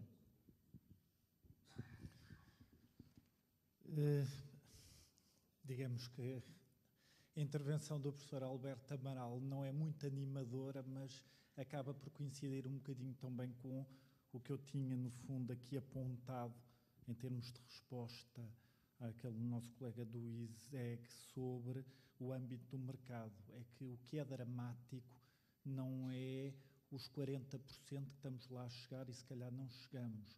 É que 40% já é um valor baixo a nível europeu e nós estamos a exportar graduados. Isso é que é dramático e que coincide com o que o professor Alberto Amaral dizia, que é um problema não só de visão de planeamento no ensino superior, mas um problema de objetivos estratégicos e planeamento a nível nacional. E aí temos um grave problema que depois nós apanhamos com as repercussões aqui no ensino superior. Nós devíamos estar a tentar muito mais do que 40% e devíamos estar com um mercado de emprego que estava sedento de formados no ensino superior dentro da sua variabilidade. E nós aqui muitas vezes acabamos por achar que o ensino superior é os licenciados e os mestres, temos que ir aos outros níveis do ensino superior, que mais uma vez estamos a fazer uma asneira monumental, com os números que o professor Alberto Amaral também deu, que é, ao irmos secando o privado e o politécnico, a variabilidade do sistema está a desaparecer mais uma vez, e mais uma vez estamos aqui a ir exatamente nos erros que no início dos anos 70 nós tínhamos, que era termos acabado com um ensino médio que tinha a sua função, que agora dentro da nossa nossa nova visão é a primeira etapa do ensino superior, que temos que investir e que temos que fazer com que ela exista e aumentar a percentagem de graduados bastante mais do que o que temos neste momento. Eu acho que isso é um desafio para nós, ensino superior, uma responsabilidade para nós, universidade, porque, tendo em conta os números, temos que nós também ter alguma autorregulação, que é para, a certa altura, não andarmos a secar todo o sistema através da intervenção da universidade, que só vai fazer com que, às vezes, os níveis da universidade vão descer e nós não podemos fazer isso, temos que manter o nível na universidade alto e deixar depois haver uma variabilidade e espaço para os outros níveis de ensino superior. Em relação a outras questões que foram postas aí, em relação aos instrumentos de recolha, que eu sei que preocupam muito o Rui Mendes e também a Susana, e mais uma vez isso já falámos várias vezes com a DGEC e com a Direção-Geral de Ensino Superior, o inquérito à empregabilidade, como todos os outros inquéritos que vão necessitar da colaboração dos nossos alunos e ex-alunos, tem que ser feito em íntima ligação com as instituições e tem que ser muito cautelosos, que é para o fim de 5 ecrãs o aluno não se ir embora e nós não recolhermos os dados que eram essenciais e temos muita objetividade nos inquéritos e estou perfeitamente de acordo. Em resposta global, se o planeamento fosse fácil, não estávamos aqui tantos durante tanto tempo. Por isso, o planeamento é uma atividade difícil, tem que ser muito distinta de uma que, por um lado, também se falou e que é planificação. Isso, para mim, é uma coisa completamente diferente do planeamento. E penso que esta sessão foi bastante útil para trazermos acima problemas, uns que nós podemos resolver, outros que nós não podemos resolver, mas que temos que estar preocupados com eles para que a nossa atividade dentro da universidade seja o mais produtiva possível. Em relação à mensagem que também foi dada pelo professor Alberto Amaral, já ontem e já hoje o professor Rogério Gaspar focou a necessidade de haver estabilidade nas políticas públicas, porque sem estabilidade nas políticas públicas é impossível planearmos e é impossível termos coerência nas nossas ações. Isso é um apelo que continuamos a fazer da parte da universidade. É, por um lado, deixem-nos trabalhar, mas deem-nos um quadro minimamente estável para que se consiga fazer o trabalho sem termos que andar sempre a pular de um lado para o outro, a apagar fogos que só nos distraem, não nos deixam fazer o trabalho e só dão cabo do trabalho de planeamento e de formação na universidade. Obrigadíssimo. Derrapámos meia hora, logo a hora de almoço, em vez de ser 1h30, é 1 hora, e retomamos às 2h30. Obrigadíssimo por tudo.